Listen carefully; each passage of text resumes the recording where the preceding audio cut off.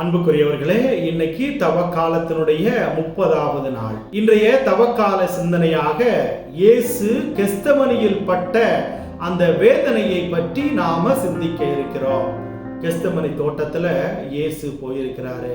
அங்க அமைதியாக உட்கார்ந்து இருக்கிறார். உட்கார்ந்த உடனே பழைய காலத்து நடந்த அந்த ஸ்வீட் மெமரிஸை பத்தி அவரை சிந்திச்சிட்டு இருப்பாரா? கண்டிப்பாக கிடையாது. அவர் அனுபவிக்க போகின்ற பாடுகள், சித்திரவதைகள், கேலி கூத்துகள் எல்லாவற்றையும் பத்தி யோசிச்சுட்டே இருக்கிறாரு.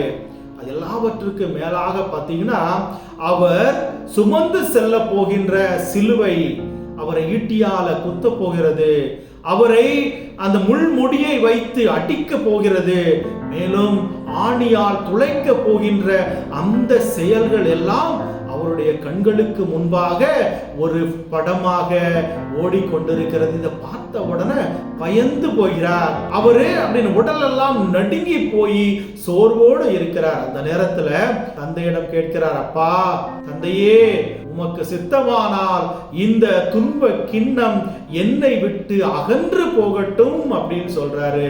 இதனால தாங்கிறதுக்கு எனக்கு சக்தி இல்லை.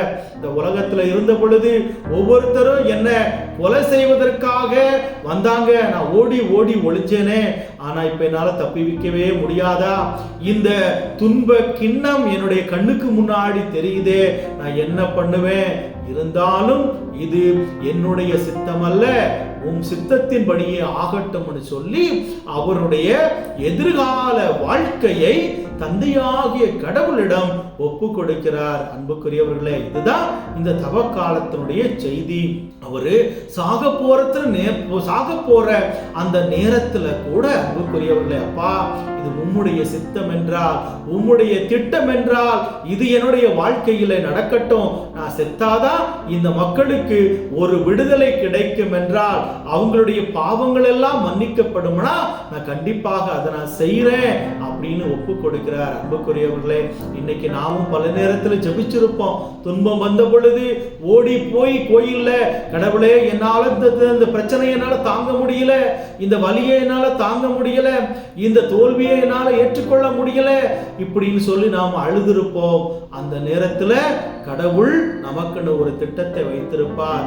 அந்த நம்ம ஜெபிச்ச உடனே அந்த பிரச்சனை எல்லாம் காணாம போயிடுமா? கண்டிப்பாக போகாது. கடவுள் நினைத்தால் அவர் குறிப்பிட்ட நேரத்திலே, நினைத்த நேரத்தில் எல்லாமே மாறும். எது போலனா, இயேசுவை சிலுவையில் அறைஞ்சாங்க, அவரை இந்த பூமியில வச்சு 3 நாள் அவர் கல்லறையிலே அடக்கம் செய்யப்பட்டார். அதுக்கப்புறம் என்னாச்சு? அவர் அந்த சாவிலிருந்து அவர் உயிர்த்தெழுந்து வந்தார். இந்த சாவு மணி அடித்து விட்டு இயேசு வெற்றி வீரராக உயர்த்து வந்தார். இன்னைக்கு நாம அவரை நாம் போற்றுகின்றோம், புகழுகின்றோம், ஆராதிக்கின்றோம். அன்புக்குரியவர்களே, இன்னைக்கு உங்களுடைய வாழ்க்கையில என்ன வாழ்க்கை முடிஞ்சு போச்சு, எனக்கு நீங்க யாரும் இல்லையே அப்படின்னு நீங்க வருத்தப்பட்டு இருக்கிறீங்களா? கஷ்டப்பட்டு இருக்கிறீங்களா? உங்களுடைய வாழ்க்கை முடிஞ்சு போச்சு நீங்க சோர்ந்து போய் இருக்கிறீங்களா? இன்னைக்கு நீங்க கடவுள்கிட்ட வாங்க, ஆண்டவரே என்னுடைய எதிர்காலத்தை நான் உங்க கையில ஒப்பு கொடுக்கிறேன். என் வாழ்க்கை பயமா இருக்குது, கஷ்டமா இருக்கிறது, நான் யார்கிட்ட சொல்லி எனக்கு அலர்மணி தெரியலையே, நீர் மட்டும்தான் என்னுடைய தெய்வம். இந்த மனிதர்கள் என்னை விட்டு ஓடி போனாலும் என்னை தேடி வருகின்ற தெய்வமாக இருக்கின்ற ஆண்டவரே, உம்மை நான் தேடி வருகிறேன். இந்த கெஸ்தமனி தோட்டத்துல இயேசுப்பட்ட பாடுகளை போல நானும் இன்னைக்கு பாடுகளை அனுபவிச்சுட்டு இருக்கிறேன்.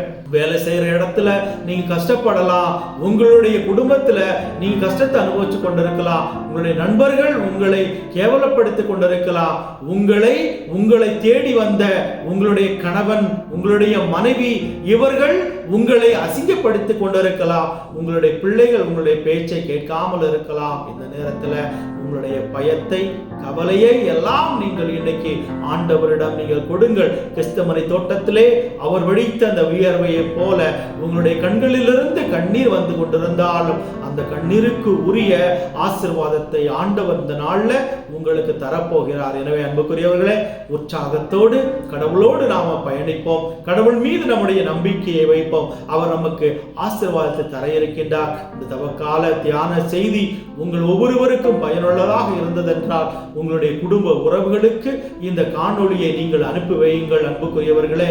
மேலும் இந்த தமிழ் பைபிள் டிவி யூடியூப் சேனலுக்கு நீங்கள் சப்ஸ்கிரைப் செய்து உங்களுடைய பேர் ஆதரவை எங்களுக்கு தந்து உலகம் முழுவதும் ஆண்டவருடைய நற்செய்தியை பரப்ப நீங்களும் எங்களுக்கு துணையாக இருக்க உங்களை நான் கேட்டுக்கொள்கிறேன். God bless you.